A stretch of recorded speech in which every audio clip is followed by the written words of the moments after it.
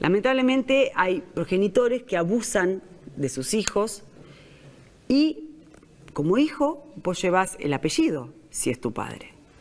¿Qué pasa si tu papá abusó de vos y vos cada vez que decís tu nombre y apellido te acordás de esa situación? Hay un momento que tal vez decidís, me la quiero cambiar, quiero usar el apellido de mi mamá, quiero usar otro apellido, no quiero ser más hija de.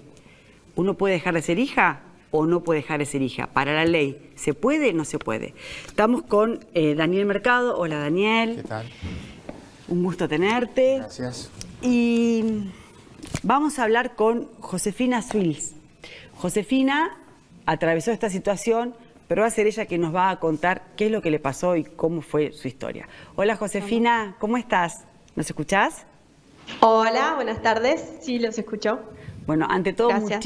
muchísimas gracias por dar tu testimonio, por contarnos un poquito dónde estás, situanos, así, en qué lugar bonito se ve ahí que estás. ¿Dónde estás? Ah, no, pensé Gracias que a ustedes por recibirme. Sí. Estoy en Comodoro Rivadavia. Ahora estoy en la casa de una amiga porque en mi casa internet estaba funcionando mal, así que me prestó la casa de una amiga. Perfecto. Bueno, Josefina, si nos encantaría que nos cuentes un poquito cómo es tu historia, hasta donde vos quieras ahondar. Las cámaras son para vos, linda. Perfecto, gracias. Historia previa a la supresión de apellido. Desde que me acuerdo fui víctima de abuso sexual por parte de mi progenitor. Hasta los 10 años, que fue la última vez que lo vi. A los 11 le conté a mi mamá y hicimos la denuncia. Yo no lo vi nunca más. La denuncia tuvo un proceso judicial que no fue muy bueno. Hubieron muchas cosas que no estuvieron bien y la causa termina prescribiendo en el 2006 por pedido de la fiscal. Yo para ese momento ya tenía 21 años. Siempre cuando viví esta situación y sumada a la desprotección judicial que yo sentí, institucional, me crié básicamente sintiéndome desprotegida, salvo la protección que me dio mi mamá creyéndome y haciendo la denuncia, que fue muy importante para mí, para mi psiquis, para desarrollarme. Crecí con una desprotección muy grande que me hacía vivir casi en el miedo de encontrarme con esa persona, porque para la ley él seguía siendo responsable de mí, o sea, para la ley era mi padre, para mí ha sido mi progenitor, no mi padre, no es que dejé de ser su hija, nunca fui su hija. En todo caso, fui un objeto para él, pero no su hija. Entonces, yo no siento que haya dejado de ser su hija. Sí dejé de legalmente estar relacionada con él, que para mí era muy importante. Fue importante para sentirme protegida por mí. José, ¿cómo te va? Cuando uno Adriana? crece aprende a protegerse, ¿no? Deja de depender de los padres de esa protección y creo que fue lo que pude desarrollar cuando inicié el camino de intentar quitarme el apellido, que José. por suerte fue exitoso. José, hola Adriana, ¿cómo estás? Hola Adri. Bueno, básicamente, ¿qué fue lo que te animó a hacer este planteo y qué fue lo primero que sentiste que tuviste que hacer para haber conseguido, que es tu gran logro, que ese apellido no fuera más el tuyo? Lo primero fue que yo dejé de usar su apellido. Desde muy temprano, siempre que me presentaba, decía que me llamaba Josefina Swils o Josefina Ibalú Swils. El otro apellido solo lo conocían las personas que me conocían de la escuela o de la universidad, donde está tu nombre tal cual figura en el documento. En mi documento tenía 2 apellidos, el de esta persona y el de mi mamá. Entonces siempre usé ese. Y segundo, fundamental para mí, fue terapia, hacer terapia, hice terapia psicológica mucho tiempo. Y cuando me di cuenta que era algo que necesitaba hacerlo, porque si yo pensaba en el futuro, pensaba en mi título universitario, pensaba si tenía hijos, no quería que tuvieran ese apellido, sentía que lo merecía, o sea, que todos esos éxitos de mi vida los merecían mi identidad, la que yo autopercibía, que era Swils, y es Swils. y por supuesto mi familia, ¿no? Mi familia Swills. Bien, y bueno, ¿y cómo fue el proceso para conseguir el cambio de apellido? ¿Cómo se dio? Fue una búsqueda de más o menos 2 años de encontrar a alguien que pudiera llevarme el caso. Recibí muchas negativas por parte de un montón de abogados, gente que me decía que no iba a poder, que capaz me tomaban 30 años en hacerlo. Y finalmente una mujer que se llama Marta Alanís, que pertenece a una organización feminista, me contactó con la gente del CELS, que creo que tienen una cátedra, como una pasantía con estudiantes de abogacía de la UBA, y la gente del CELS fue la que me consiguió la entrevista con el defensor de la Ciudad de Buenos Aires, que es Gaeta. José, sumamos a la charla. Exactamente, con el doctor Daniel Mercado. Daniel, un gusto tenerte. Mucho gusto. ¿Esto va a sentar un precedente o esto está sentado ya? ¿Cómo es el tema? No, el cambio de nombre, en el caso de supresión de apellido, se viene dando desde hace 50 años. Pasa que ahora tiene mayor relieve, es decir, más difusión. Pero básicamente los motivos siguen siendo los mismos. Tiene que haber justos motivos, así dice la ley, que ya viene de la ley del decreto 8.204, la ley 18.248, viejas leyes que receptan el Código Civil nuestro, ¿no? A Josefina seguramente le ha pasado ello. Ella se sintió excluida de la familia que daba el apellido paterno, ¿no? Y se tuvo que ubicar en el otro apellido. Esto que hace un poco no a su identidad, sino a su identificación con un grupo, porque el apellido lo que tiene es que identifica a todo un grupo de personas. Claro. El nombre ya individualiza, pero en el caso mío, los mercados somos muchos. Yo soy uno. En el caso es lo mismo. Ella no era de esta familia, era de esta otra. Que eso es un justo motivo para que el juez, que yo tengo entendido que fue que estaba antes en el juzgado 83, fue el que le dio la supresión del apellido. Ahora, siempre tiene que intervenir la justicia. No puede alguien, por el solo hecho de constatar y tener testigos de una situación, por los tiempos, ¿no? Porque Josefina estuvo toda una vida y mucho tiempo para este cambio. Josefina relata un derrotero, dice de que no encontró a la persona adecuada durante mucho tiempo. Bueno, lo cual no significa... Judicialmente primero hubo el entorpecimiento, es lo que ella marca, de su historia, para que no hubiese, una justicia que dijese este hombre es culpable y se lo detuviese. Eso es otro tema, porque ella dice que tuvo un abuso sexual cuando era niña, pero el cambio de apellido lo generó mucho después. Y lo que pasa es que yo quiero saber por qué, Josefina, ¿qué pasó con tu familia? ¿Tenés hermanos con tus hermanos? Porque de repente, claro, ser de la familia de una manera y vos llamarte distinta y capaz tus hermanos no quisieron hacerlo. ¿Cómo? No, si querés hablar de ese tema, ¿no? Tengo 2 hermanos que no fueron víctimas directas de abuso sexual.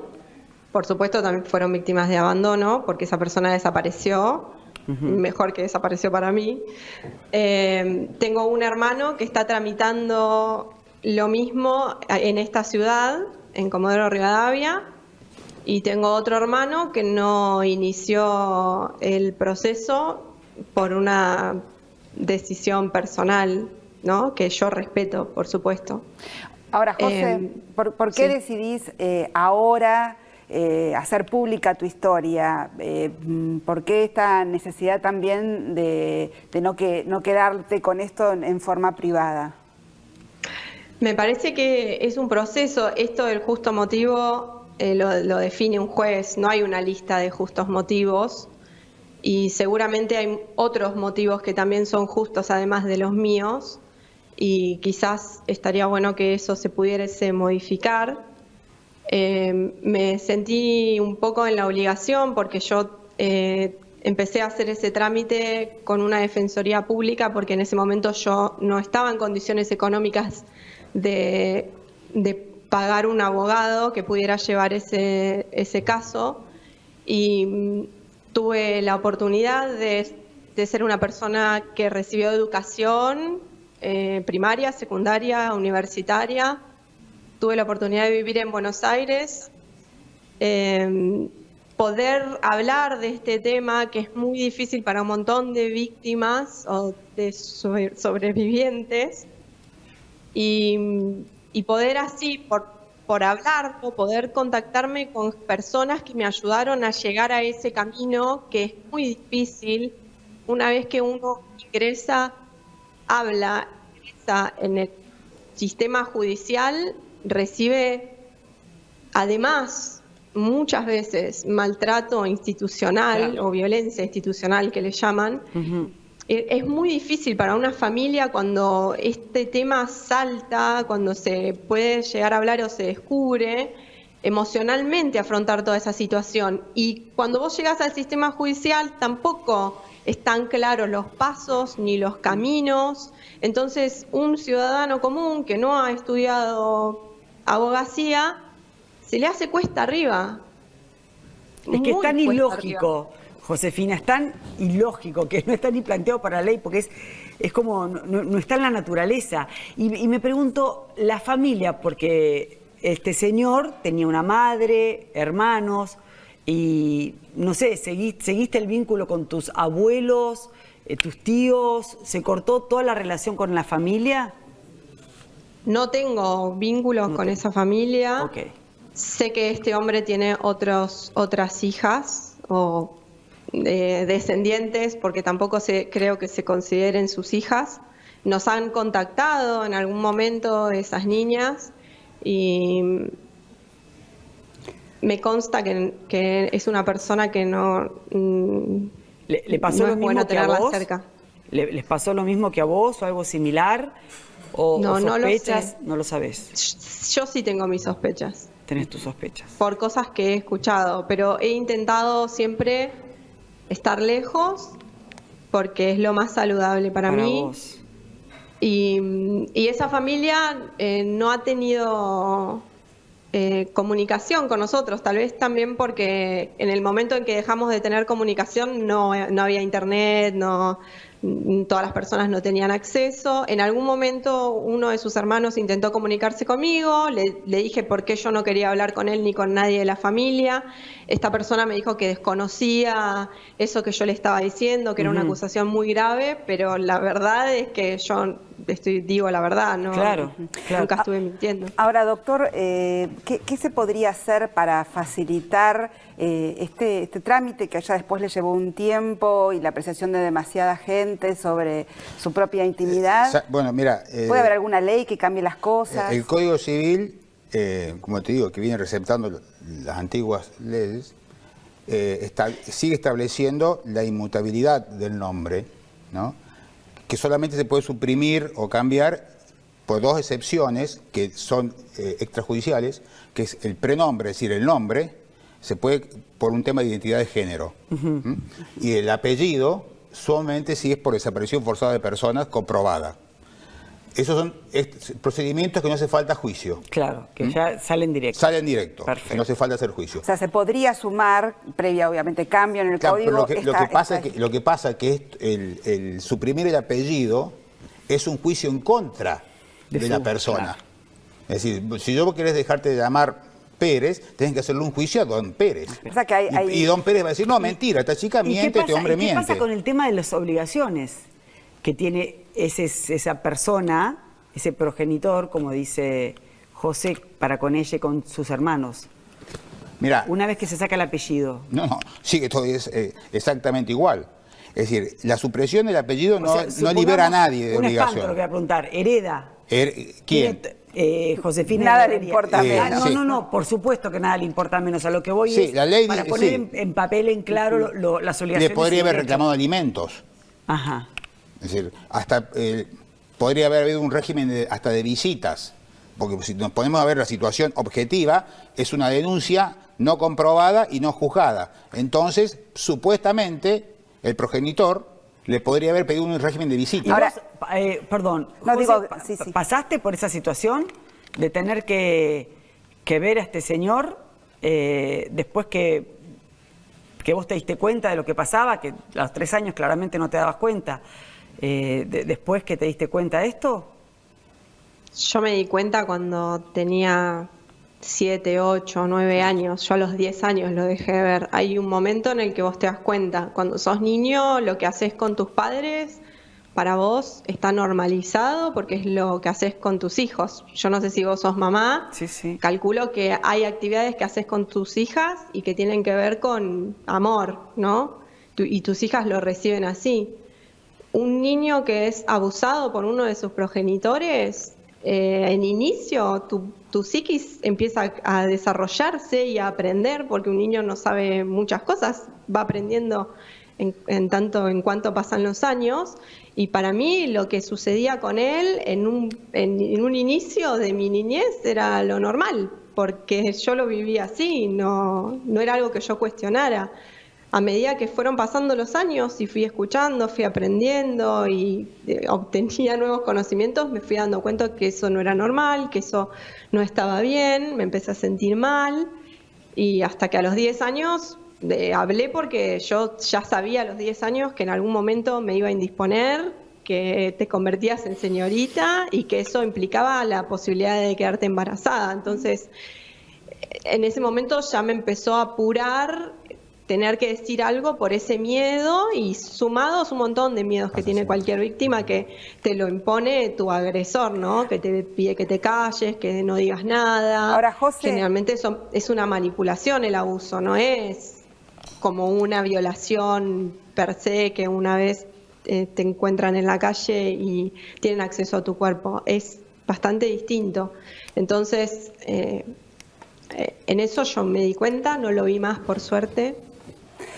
Ahora, el tema también es la justicia, ¿no? Tanto tiempo sin escucharte como para que el caso después prescribiera y bueno, de hecho este hombre pueda seguir libre de culpa y cargo. Sí, pero eso no es una novedad, ¿no? Creo que eso pasa en un montón de casos. Casi todos. Yo he leído estadísticas y el 10% de las denuncias, solo se hace el 10% de las denuncias, y de ese 10% solo el 1% tiene condena. Y no sé cuál es el error en ese camino, ¿no? Si es que las pericias psicológicas no son tenidas en cuenta correctamente, porque tal vez a veces necesitan otro tipo de pruebas. Bueno, incluso, yo estudié genética, licenciatura en genética, y no siempre un ADN es una prueba definitiva, ¿no? Definitoria de una situación. Claro. Incluso en tu caso desaparecieron algunas pruebas, ¿no? En todo este tiempo. En el expediente penal desaparecieron un montón de papeles que se presentaron. Eso fue, no sé,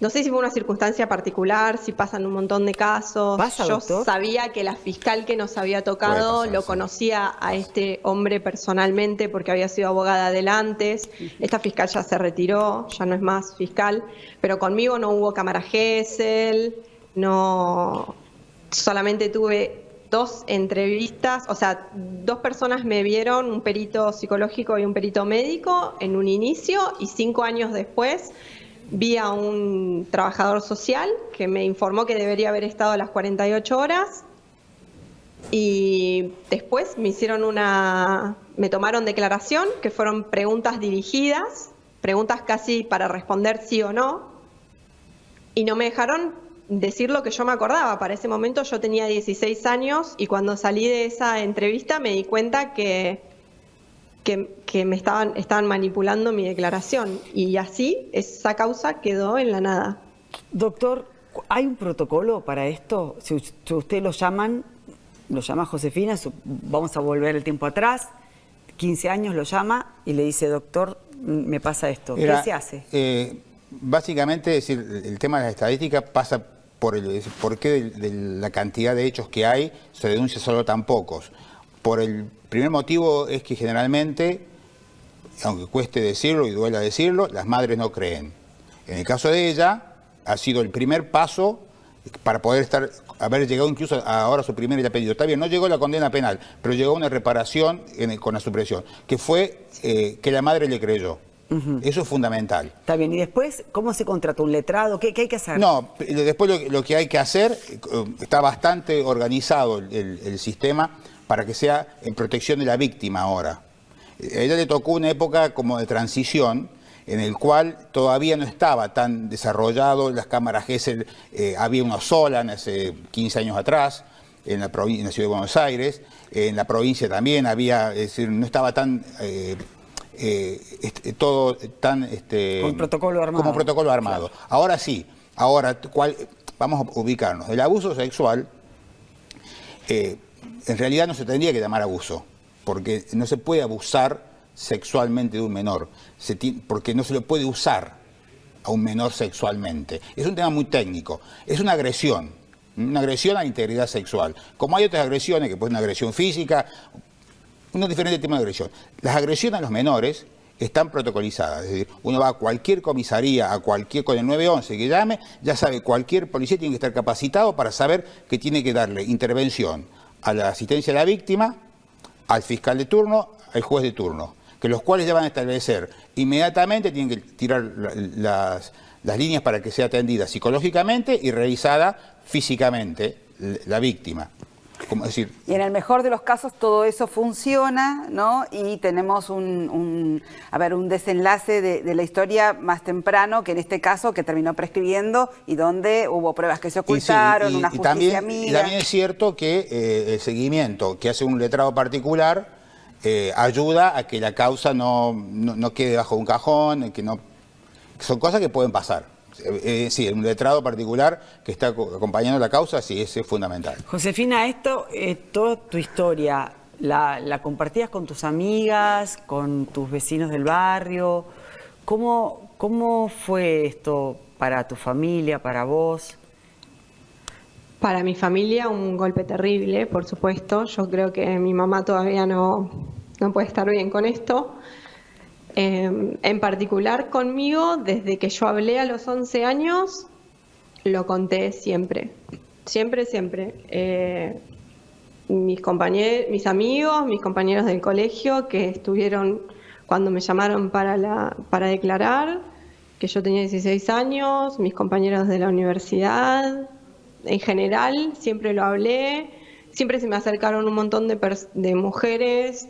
No me pasó nunca de un hombre, no quiere decir que no existan, pero en general me han contado muchas mujeres víctimas de sus abuelos, de sus padres, de sus tíos, de vecinos, amigos de la familia. Generalmente esto pasa con personas cercanas a la familia. Entonces, yo en parte creo que hasta puedo hacer esto público porque por mi personalidad nada más, porque entiendo que hay otras personas que no pueden hablar de esto y tampoco es una obligación ni nada por el estilo, ¿no? Bueno, pero sí es necesario hablar de este tema porque esto sucede. Dos cositas para destacar. No haya educación sexual en las familias, en las escuelas, esto no se puede detectar a tiempo. Piensen que ESI en un jardín deben ser muy pocos los jardines de infante que lo generan. Y sé por una nena que conozco que justamente por recibir ESI pudo decir que su abuelo abusaba de ella. Entonces es súper importante hablar de esto, enseñarles a los chicos que sus cuerpos no pueden ser tocados si ellos no quieren, que solo hay algunas circunstancias en las que alguien puede estar enfrente de ellos y con su cuerpo descubierto, ¿no? Como una consulta médica, siempre con presencia de los padres o incluyendo a los padres, pero nunca que sea algo que te haga sentir mal. Bueno, José, primero destacar tu valentía por contar tu historia, tu generosidad por compartirla para todos aquellos a los que les pueda cambiar la vida, tu historia, y después a rendir la materia que falta, porque ya sos Josefina Zuil, sin el apellido que tanto pesaba, y ya necesitamos tener cuanto antes ese título que te acredite como genetista. Así que bueno. Solo la defensa de tesis. Eso. A cruzar los dedos. Bueno, José, gracias. Bueno. La verdad que muy valiente. Y nos queda este mensaje: el cuerpo es tuyo, tenga la edad que tengas, nadie te tiene que tocar, nadie tiene que pedirte, nadie tiene que tocarte.